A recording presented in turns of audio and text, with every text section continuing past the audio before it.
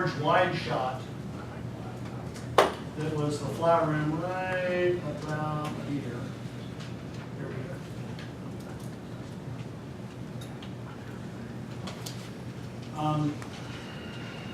There we go. So you can clearly see some of the plants are a little shorter than others, and that's genetics. You know, your sativas and if you're sativa dominant or you're indica dominant, you get some different qualities that get a little fatter, a little shorter. But a lot of times what Josh will do is he'll literally bring up a crop and rotate a bucket underneath them to get them equal. So here you can clearly see there's a fairly good difference in this back group of plants. I wish I could tell what the strain is. I have no clue. It could be a juicy fruit, it could be a black ice. Maybe that's black ice because of the color. But we get very consistent stacking for a strain. But across strains, you can vary. So when we look at where we are now, we really no longer stack and rack and veg. So we're running them all at one level. How many inches from the top to your feet? Is that probably 4 feet or 5 feet? Probably 4, but by the time these get up to where they are, they're typically within about 6 inches of the top of those white stanchions. So this is, I think, about day 50, 52. They've still got another 3+ weeks growing, and they're kind of hitting their strides. Area probably about 12 feet clear is what we look for there. Yeah, about 18, give or take. So with the bucket, we run a 7-gallon. We're typically seeing plants in the 60 to 78 inch range. It's So like 5 weeks a day? 7 weeks. By the time we harden for a week, they go 2 weeks, 2 weeks, 2 weeks, and then a week in what we call tempering or hardening, where they're going 18 hours under double-ended right before they get shoved in the flower.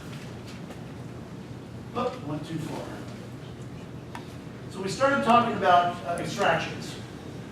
So extraction technologies come a long way, whether you're running CO2, whole plant, ethanol, BHO, there are any number of ways to extract. Last time I looked at the state's regs, they don't really preclude anything as long as it meets local requirements.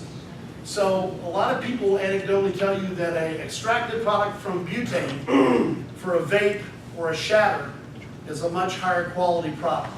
And they'll tell you that I can tell if I smoke a CO2 pen versus a butane, or a whole plant, or an ethanol. So there are people out there, especially if you live in California, they all know that stuff. But so what we've always recommended our clients is look at what differentiates you. If everybody's doing CO2, it may not be such a bad thing to have a little ethanol rig or have a little BHO rig and have to do a class 1 enclosure.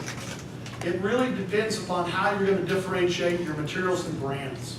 So if everybody's doing the same thing, might be worth looking into something that's not quite the same that seems to be getting good results as well. So as far as extracted products, you know, there are dozens that you can invest in.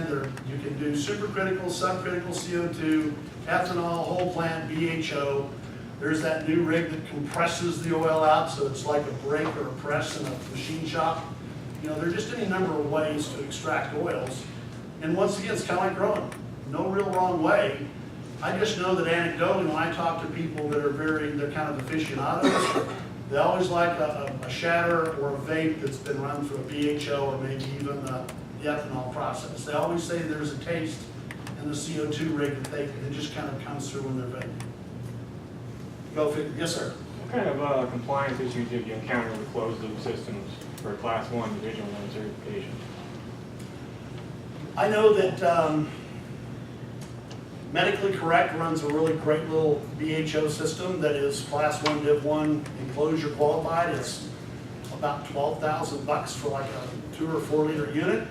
I know it works well because Bob Machino showed it to me several years ago while it was operating, and walked over and got a can of LP gas with a big flamer on it, lit it up, and walked over to the machine and just lit up that machine. I'm backing away, trying to find the door. But there's some good units out there.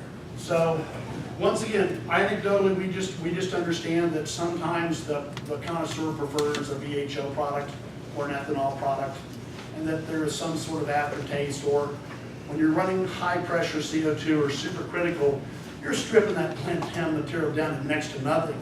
So you've got to recapture the terpenes, and whether you're using, some sort of recapture mechanism to reintroduce terpenes after you've harvested what you want in the oil. It's all about post-processing. So whether you're using waters, gear, any number of gears. So extraction methodology, there are a lot of good ones out there. What we recommend is you don't give your names like Butterfinger and Keith Cat. And early on in Colorado, a lot of people started using knockoffs of candies. And these were literally products that were in California, Washington State, and Colorado back in the day. So we typically don't recommend you do that. Dispensary